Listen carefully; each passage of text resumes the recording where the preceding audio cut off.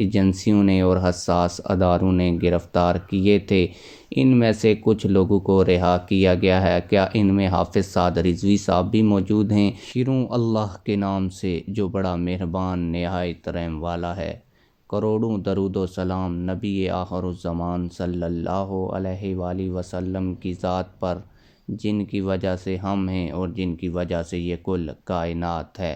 تحریک لبیک پاکستان کے سانحہ موریدگی کے بعد کتنے لوگ ایجنسیوں نے اور حساس اداروں نے گرفتار کیے تھے، ان میں سے کچھ لوگوں کو رہا کیا گیا ہے۔ کیا ان میں حافظ سعد رضوی صاحب بھی موجود ہیں؟ آپ لوگوں کو آج کی اس ویڈیو میں اس حوالے سے تفصیل کے ساتھ بتاؤں گا، لیکن ویڈیو شروع کرنے سے پہلے آپ لوگوں سے یہی گزارش ہے کہ ویڈیو کو لائک کیا کریں، چینل کو سبسکرائب کریں تاکہ آپ کو تحریک لبیک پاکستان کے متعلق ہر نئی اپڈیٹ بر وقت ملتی رہے۔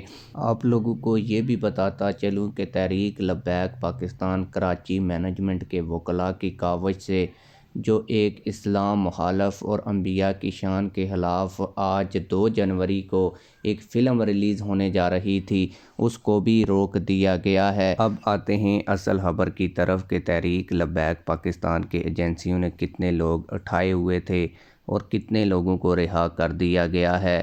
ہماری معلومات کے مطابق تحریک لبیک پاکستان کے 22 لوگ حساس اداروں کی زیر حراست تھے، جن میں تحریک لبیک پاکستان کے لوگوں اور وکلاء کی کاوش سے 6 لوگوں کو جو ہے وہ بازیاب کروا لیا گیا ہے، رہا کروا لیا گیا ہے۔ کیا ان میں حافظ سعد رضوی صاحب بھی موجود ہیں؟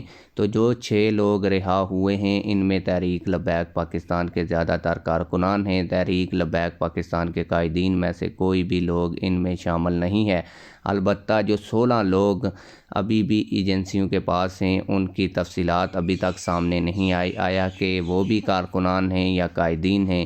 اس حوالے سے جیسے ہی ہمارے پاس معلومات آئے گی تو آپ لوگوں کو آگاہ کریں گے۔